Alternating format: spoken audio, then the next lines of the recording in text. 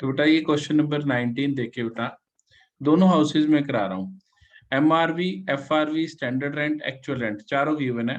तो house one का पहले करते हैं। MRV और FRV whichever is higher 24,000 और standard rent whichever is lower 20,000 और एक्चुअल रेंट 30,000। तो हायर आ गया 30,000। 30,000 में वैकेंसी माइनस करेंगे तो 2 मंथ्स की वैकेंसी है, 5,000 चली गई वैकेंसी, 30,000 इंटू 2/12, ये AR पे ही निकालते हैं। तो ARR पे ही निकालिए, तो 25,000 हमारा रियल GAV आ गया फर्स्ट हाउस का। फिर म्यूनिसिपल टैक्सेस 10% ऑफ MRV था 24,000, तो ये 2400 आ गया बेटा। अगर कुछ ना लिखा हो तो हम इसी के ऊपर निकालते हैं। तो रिमेनिंग जो हमारे पास अमाउंट रह गया दैट इज 23,600। 23,600 का बेटा हम निकालेंगे 30%,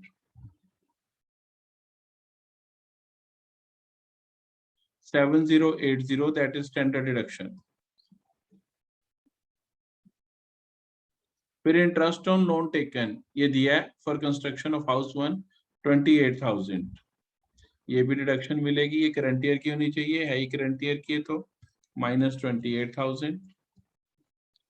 तो अब हमारे पास जो बचा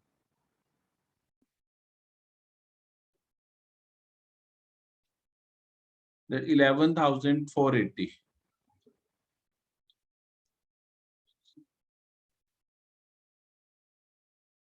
म्यूनिसिपल टैक्सेस 10% ऑफ MRV, 24,000।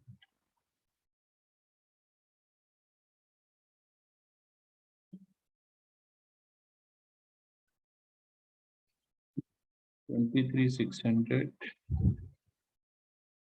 नहीं, 22,600। 22,600 का 30%, 6,780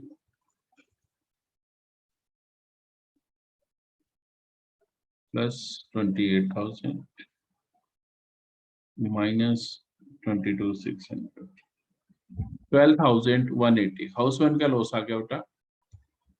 income from house one loss आएगा, नेगेटिव लिख लेते हैं 12,180। फिर हाउस टू आ गया बेटा। हाउस टू करते हैं, हाउस टू का भी ऐसे ही करना है। MRV और FRV whichever is higher 38 और 34, विच एवर इज हायर 38, 38 और 40 विच एवर इज लोअर 38, 38 और 36 विच एवर इज हायर, तो 38 आ गया। 38 में से 9,000 माइनस होएगा vacancy. Vacancy is calculated on 36,000 into 3/12, 9,000। तो 38 में से हमने माइनस किया 9,000, 38 में से 9 गया तो 29,000,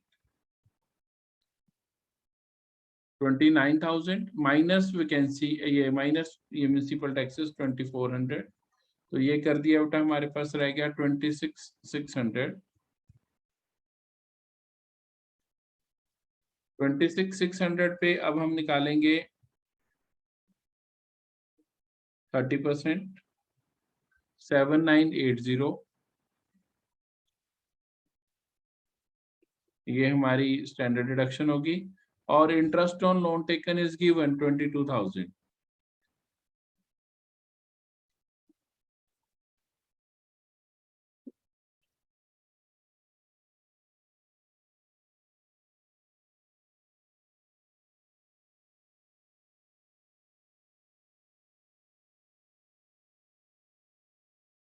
थ्री थ्री एट जीरो, ये भी नेगेटिव आ गया बेटा।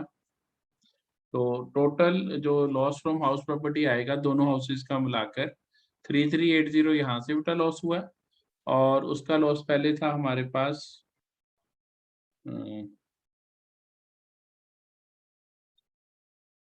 12,180, 15,560। ये total loss from house property आ गया बेटा, इसको नेगेटिव में लिख लेना। This is how we do it. तो ये बेटा हमारा क्वेश्चन हो गया। जो हाउस ए है ना, दिस इज वेरी इंपॉर्टेंट बेटा। आप इसकी डेट ऑफ कंप्लीशन देखें, इट इज 1 जून 2020। तो 1 जून 2020 हमारे प्रीवियस ईयर में हाउस कंप्लीट हुआ। जब हाउस अपने प्रीवियस ईयर में कंप्लीट होता है तो जीएवी कम मंथ्स की होती है, 2020 से लेकर 31 मार्च 21 तक। It is a period of 10 months. तो MRV, FRV, standard rent, actual rent all will be reduced for 12 months. तो बेटा ये हमने 12 मंथ्स पे कर दिया। एमआरवी 12,000 थी, उसका 10/12 किया। एफआरवी 18,000 थी, उसका भी 10/12 करके 15,000 किया। स्टैंडर्ड रेंट 15,000 था, उसका भी 10/12 करके 12,500 निकाल लिया। और ईआरवी आएगी, एमआरवी और FRV subject to maximum of standard rent. तो एमआरवी और FRV whichever is higher 15,000 higher value, और standard rent whichever is lower 12,500। ERV आ गया उठा 12,500। अब एक्चुअल रेंट निकाला, ERV और actual rent whichever is higher। तो ERV है बेटा हमारे पास 12,500 और एक्चुअल रेंट आया 12,000 पर एनम है, तो 10 मंथ्स का निकालना है। तो 10,000, 12,500 और 10,000 whichever is higher। तो 12,500 will be taken as GAV। GAV आ गई उठा 12,500। तो जब हमने GAV निकाल ली उसके बाद तो हमारा कोई दिक्कत ही नहीं रहती बेटा। उसके बाद तो बस वो फॉर्मेट लगाना है जो हमने सीखा था बेटा, that format of calculating this house property. ये फॉर्मेट बेटा हम लगा देते हैं। तो ये फॉर्मेट जब हम लगाएंगे बेटा इस क्वेश्चन में, तो ये फॉर्मेट आपको मैं बताता हूँ कैसे चलेगा। एक मिनट।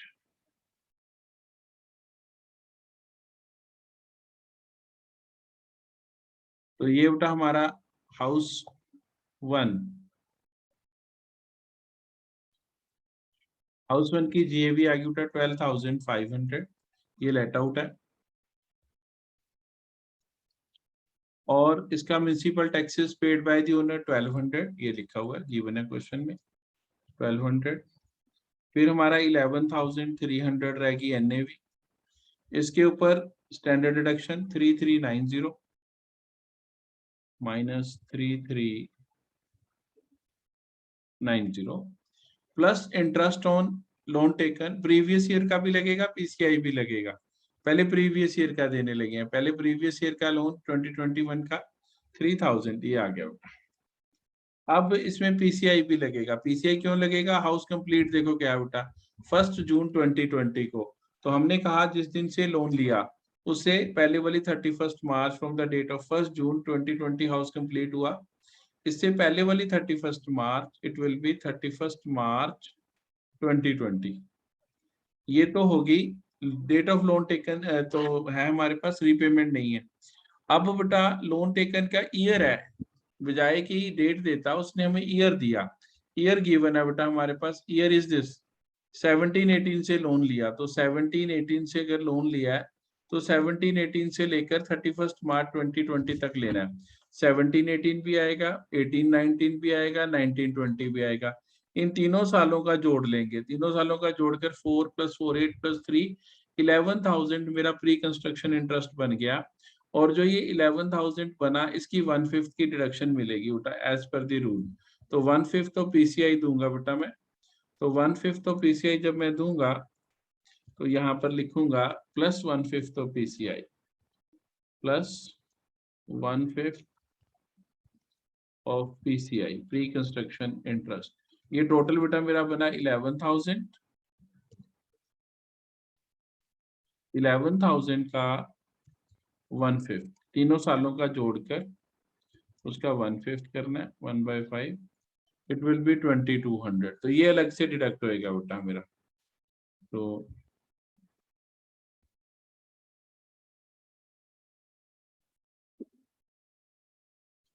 -2200।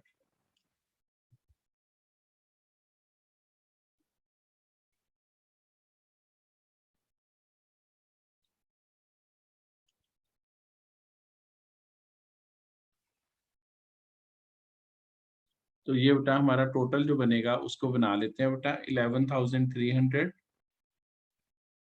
हमारी वो थी एनएवी, -3390 -3,000 -2200 will be 2710।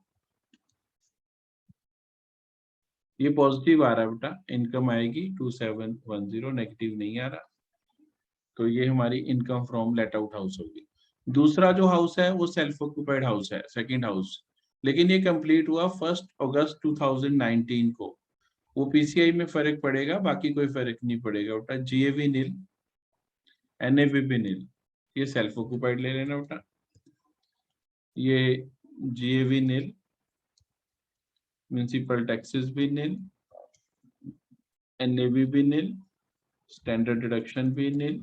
हाँ, interest on loan taken current year का, करंट ईयर का 7000 है बेटा, ये 7000 का क्या नेगेटिव। और पीसीआई, पीसीआई बेटा डेट वही 17-18 से शुरू करेंगे, 17-18 से, 17-18 से लोन लिया हुआ है दोनों हाउसेस के लिए। डेट ऑफ रीपेमेंट दे नहीं रखी।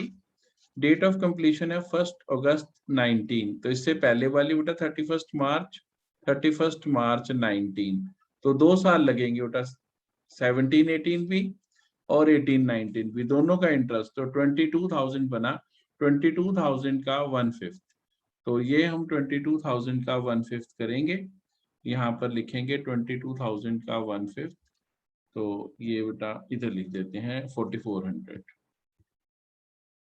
और इसकी कैलकुलेशन इधर लिख देते हैं साइड पे, 22,000 का 1/5।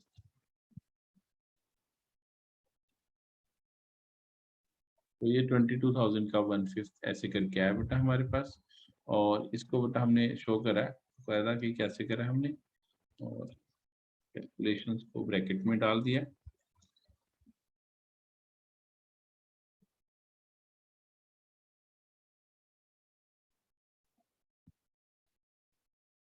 ऐसे अब इनका टोटल कर लें बेटा, ये आ गया हमारा 11,400 नेगेटिव, 11,400 नेगेटिव, और वो पॉजिटिव था 2710, तो टोटल जो लॉस आएगा 8690, 8690, this is loss from house property total में। तो इसमें बेटा ऐसे ही करते हैं, कोई दिक्कत नहीं है इसमें भी। समटाइम्स बेटा क्या होता है कि हम बिल्डिंग लेट आउट करते हैं, बहुत बड़ी बिल्डिंग होती है, विद फैसिलिटीज लेट आउट करनी पड़ती है। जैसे हम एलेंटे की बात करें, L and T originally built by Larsen and टुर्बो, तो biggest company in infrastructure in India. तो जब हम उसकी बात करते हैं तो उसने बनाया, उसको उसने नाम दिया कैश काउ अपनी, ये इतनी यूनिट्स है, इतनी बड़ी यूनिट का उसके ऊपर जो पैसा आ रहा है सारे का रेंट आ रहा है, कोई भी बिल्डिंग उसने सेल नहीं कर रखी, तो कैश काउ ऑफ एलएनटी, लेकिन somehow they not manage to do it. फिर इसको बेटा किसी और ग्रुप को बेच दिया गया, किसी और फिर तीसरे ग्रुप ने खरीद लिया, फिर चौथे ग्रुप ने खरीद लिया, जिसके पास भी है at present, I think VR वालों के पास ही है ये। तो जो ये है बेटा इतनी बड़ी यूनिट से रेंट आ रहा है, लेकिन रेंट कल्ला नहीं आ रहा, उसके साथ उसके खर्चे भी हैं ओनर के। देखो सारी फ्लोर के ऊपर चढ़ने के लिए उसने लिफ्ट लगाए हैं, एस्केलेटर्स लगाए हैं, उसकी मेंटेनेंस वो ओनर की होगी, वो टेनेंट नहीं कराएगा, क्योंकि इतने सारे टेनेंट हैं कोई भी नहीं करेगा, तो ओनर की होगी वो। फिर जो उसके लिफ्ट मैन की सैलरीज हैं, जो मेंटेनेंस स्टाफ की सैलरी है, वो सारी भी उसी के सिर पे होगी। आपने देखा उसके चारों तरफ गार्डनरिंग होती है, तो गार्डनर की सैलरी भी होगी। सिक्योरिटी इनकी अपनी होएगी, सिक्योरिटी भी ओनर की होएगी, टेनेंट सिक्योरिटी नहीं देगा। तो वॉचमैन, चौकीदार सैलरी, सिक्योरिटी मैन सैलरी इन्हीं की होएगी। इतनी बड़ी यूनिट होती है, तो ये जो रेजर्वायर बनाते हैं सारे ऊपर नहीं होते, नीचे रेजर्वायर बनाते हैं वाटर के, वहां से फिर ये पंपिंग करते हैं वाटर की, क्योंकि ह्यूज वाटर रिजर्वायर होता है, और वहां से फिर पंप करके ऊपर लेके जाते हैं, तो पंपिंग ऑफ वाटर भी ओनर की होएगी। साइड्स पे जो लाइटिंग है या पाथवे में लाइटिंग है वो भी ओनर की होएगी, तो लाइटिंग और सरफेस का भी खर्चा वो डालेगा। तो ये सारी फैसिलिटीज वो फ्री ऑफ कॉस्ट देगा, फ्री ऑफ कॉस्ट तो नहीं कह सकते, रेंट में इंक्लूडेड होगी कहीं ना कहीं, लेकिन टेनेंट को लगता है कि it is given free to me, लेकिन रेंट जो ले रहा है उसी में ही एडजस्ट करेगा। तो जितना रेंट रिसीव्ड है पूरी बिल्डिंग से, टेनेंट से, उसमें से ये 6 खर्चे माइनस करके जो आएगा उसको हम एक्चुअल रेंट कहते हैं बेटा। इसके अलावा अगर वो कुछ और डिडक्ट करना चाहता है तो वो डिडक्शन नहीं मिलेगी। ओनली दी 6-7 आइटम्स हैं जो हम इसको डिडक्शन देते हैं। तो ऐसे क्वेश्चन हमें एक डाला गया कि ऐसे ही क्वेश्चन करना है हमने। ये क्वेश्चन नंबर 27 है हमारी बुक का। इसमें भी ऐसी है, mister Ray who has income only from house property submits the following information about his house property income. तो gross rental income of the year given up to 1 lakh after deducting the following. तो मैंने सबसे पहले क्या किया, ये 1 to 9 items जोड़ ली, जोड़कर रेंट रिसीव्ड निकाल लिया। नेट रेंट गिवन निकालनी है बेटा, ग्रॉस रेंटल वैल्यू गिवन थी तो 1 लाख नेट रेंट है, इसको हमने प्लस कर दिया 1 to 9 जितने पॉइंट है उनका टोटल आया 85,700। तो वो टोटल प्लस करके जो मेरे पास अमाउंट आई रेंट रिसीव्ड की वो आ गई 1,85,700। ये रेंट रिसीव्ड लिख के उठा, इसमें से लेस कर दी amenities provided by the landlord या facilities provided by the landlord to the tenant free of cost, वो माइनस कर दी बेटा। कुछ ये थी बेटा जो जिसमें है लिफ्ट मेंटेनेंस चार्जेस, फिर पे ऑफ चौकीदार, ये थी बेटा दूसरी, फिर सैलरी ऑफ गार्डनर, ये 3 चीजें बेटा हमने माइनस कर दी और नहीं है इसमें।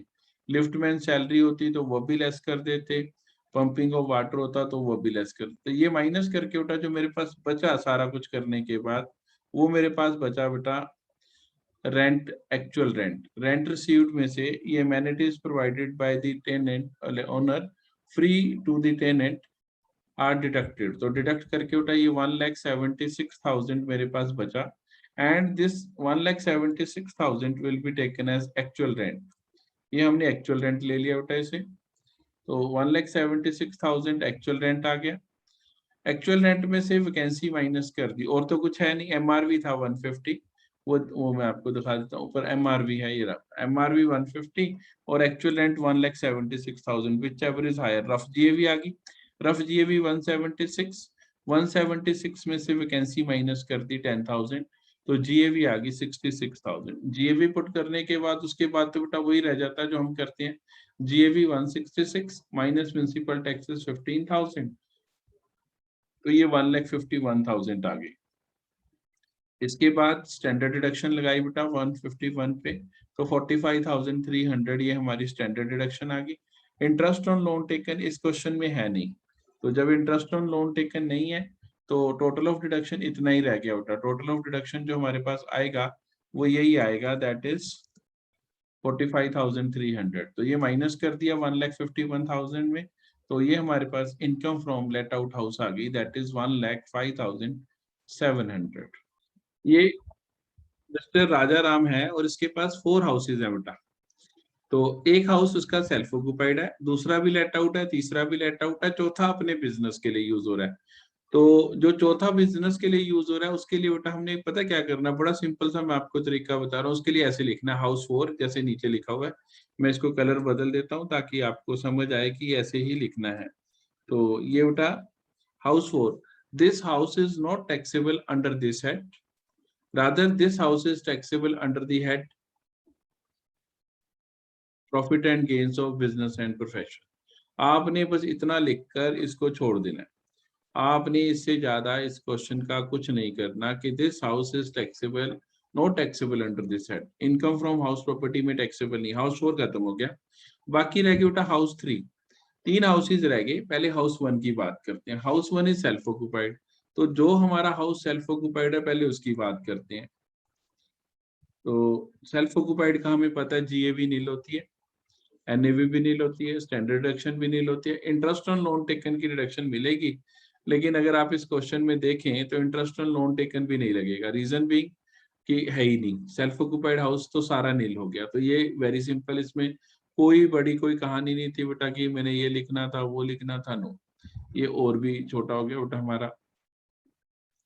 तो ये बेटा हमने इतना लिख दिया, सेल्फ ऑक्युपाइड हाउस खत्म हो गया। अब दोनों हाउसेज जो बच गए वो लेट आउट हाउस है, हाउस 2 लेट आउट है और इसको बेटा हम क्वेश्चन से कंपैरिजन करेंगे। इसकी एमआरवी गिवन है, हाउस 1 हाउस 2 की एमआरवी नजर आ रही है 6,000 और it is let out at 800 per month. तो 800 और से हो गया 9,600, तो 6,000 और 9,600 विच एवर इज हायर, तो 9,600 आ गई जीएवी। म्यूनिसिपल टैक्सेस उसने लिखा 10%, 10% लिखा, लेकिन ये नहीं लिखा किसका। तो बाय डिफॉल्ट मैंने आपको बताया it is always taken at MRV. तो 6000 का 10% निकाला उठा 6600। तो 9600 में से ये 600 चला गया, I am left with 9000 as NAV. NAV आगे उठा। एनएवी के बाद हमने क्या करना है, इसमें एनएवी निकाल ली, उसके ऊपर 30% standard deduction they the. Interest on loan taken है नहीं, तो 9000 में से 2700 ये स्टैंडर्ड डिडक्शन चली गई, तो I am left with income from let out house at 6300। फिर इसके बाद बेटा थर्ड हाउस आ गया। थर्ड हाउस में जो हमें रेंट रिसीव हो रहा है वो हो रहा है 6600, दिया है रेंट रिसीव, ये रहा, और एमआरवी है 5500। तो 5500 ये आ गया बेटा एमआरवी, और 600 is paid in respect of salary to gardener in respect of third house. तो 6600 रेंट आ रहा है, उसमें से 600 सैलरी टू गार्डनर माइनस कर दी, तो एक्चुअल रेंट रह जाएगा 6000। 6000 और MRV 5500 whichever is higher, ये 6000 आ गया बेटा। इस 6000 में से माइनस कर दिया म्यूनिसिपल टैक्सेस। म्यूनिसिपल टैक्सेस मैंने अभी बताया कि एमआरबी पे लगाने हैं 10%, तो 550 ये चले गए। तो आई एम लेफ्ट विद 5450। 5450 का फिर 30% उठा, स्टैंडर्ड डिडक्शन दी उठा हमने। तो स्टैंडर्ड डिडक्शन जब हमने इसकी दे दी तो 1635, तो ये हमारी आ गई income from let out house, क्योंकि इंटरेस्ट ऑन लोन टेकन नहीं है। यही बेटा इस क्वेश्चन में थोड़ा सा पॉइंट था। और ये बेटा 6000 के साथ हमने एस्ट्रिक मार्क किया, वो हमने नीचे बताया, हमने तो आपको करके दिखा दिया, वैसे हमने नीचे भी किया हुआ है कि ये 6000 कैसे आई। 6600 माइनस सैलरी ऑफ गार्डनर 600 चली गई, तो एक्चुअल रेंट 6000 और 5500 MRV whichever is higher. तो ये 6000 आई कैसे, ये हमने नीचे वर्किंग भी दिखाई है, और which ever is higher 6000 भी कह रहा है। और साथ में ये भी लिखा है municipal taxes are calculated as percentage of MRV, ये हमने पहले ही पता है कि these are calculated as percentage of. तो बेटा 26 क्वेश्चन को स्टार्ट करने से पहले थोड़ा सा मैं आपको बेस बता देता हूँ ये कैसे बेटा। ये एक पूरा हाउस है, बिग हाउस, इसके 4 यूनिट्स बनाए हैं ओनर ने। 1/4 मतलब 25% इज सेल्फ ऑक्यूपाइड, ये सेल्फ ऑक्यूपाइड हो गया। जो रिमेनिंग 25% है this is let out for whole year. Third वाला 25% लेट आउट है फॉर 11 मंथ्स और सेल्फ ऑक्यूपाइड है फॉर 1 मंथ, तो ये भी let out for whole year माना जाएगा।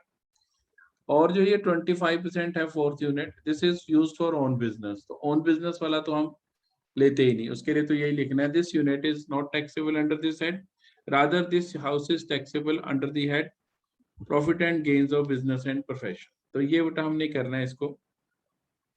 अब बेटा हम इसकी सबकी वो करते हैं, कैलकुलेशंस करते हैं। तो interest on loan taken given है हमें, इंटरेस्ट ऑन लोन टेकन इस ईयर का हमें गिवन है बेटा, and that amount is given as 36,000। तो 36,000 पूरे हाउस की हमारी वो है, इसमें से 1/4 करेंगे सबके साथ हम। तो 1/4 करेंगे तो इसका भी बेटा 9,000, सेल्फ ऑक्यूपाइड में भी 9,000 आएगा, इसमें भी 9,000 आएगा, 9,000 सब में 9,000 पहले ये लिख लेते हैं बेटा हम। 9,000 this is loss from sorry interest on loan taken की डिडक्शन आ गई बेटा हमारी। अब जो हम करेंगे दूसरी तरफ, जो पहला हाउस है बेटा हमारे पास, उसकी जो जीएवी आएगी यूनिट 2, वो 1000 पर मंथ पे लेट आउट है, तो ये 12,000 आ जाएगा।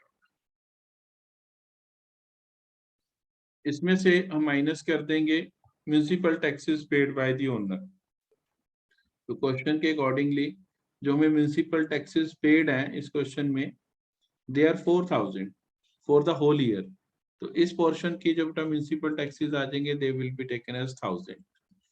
तो ये आ गया बेटा हमारे पास 11,000।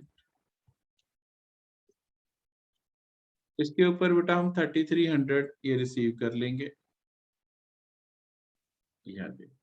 तो ये हमारा आ गया बेटा नेट इफेक्ट में 1300 एज loss. Loss from let out portion is 1300, ये यूनिट 1 से आ गया।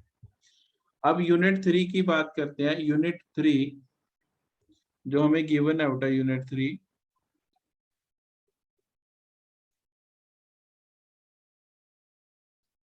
ये भी लेट आउट है बेटा हमारी। तो यूनिट 3 लेट आउट पोर्शन है, लेकिन ये 11 मंथ्स के लिए लेट आउट है, 1 महीने सेल्फ ऑक्यूपाइड है। तो as per the act MRV, FRV और actual rent whichever is higher, ना एमआरवी दी है ना एफआरवी दी है, सिर्फ एक्चुअल रेंट है, तो हम 11,000 ले लेंगे। और 11,000 में से म्यूनिसिपल टैक्सेस 1,000 चले गए, तो I am left with 10,000 as NAV. NAV पे मैं 30% स्टैंडर्ड डिडक्शन लगाऊंगा 3,000, तो ये नेगेटिव 2,000 आता है। लेकिन बुक ने तो लिखा है हाउ यूनिट 2 से भी 1,300 लॉस है, यूनिट 3 से भी 1,300 लॉस है। उसका व्यू पॉइंट अलग है, हमारा व्यू पॉइंट अलग है। उसने व्यू पॉइंट लिया है कि अगर एफआरवी ना दी हो तो जो एक्चुअल रेंट है उसी को एफआरवी मान लेंगे हम, सॉरी उसी को एफआरवी मान लेंगे। तो उसके हिसाब से 12,000 रुपये रेंट बनता है पूरे साल का, 1,000 इंटू 12, तो 12,000 एफआरवी है और एक्चुअल रेंट 11,000 रिसीव हुआ, तो उसने फिर 12,000 लेके किया। लेकिन मैं उस व्यू पॉइंट को नहीं मानता हूं कि जब तक एफआरवी ना गिवन हो it should not be considered. तो अगर हम इस पॉइंट से करते हैं तो हमारा ये आंसर आएगा, अगर बुक वाले व्यू पॉइंट से करेंगे तो हमारा डिफरेंट आंसर आएगा। तो हम उसको दरकिनार करते हुए अपने मेथड से करेंगे, क्योंकि हमने सारी चीजें अपने तरीके से करी हैं, उसके मेथड को हमने फॉलो नहीं किया।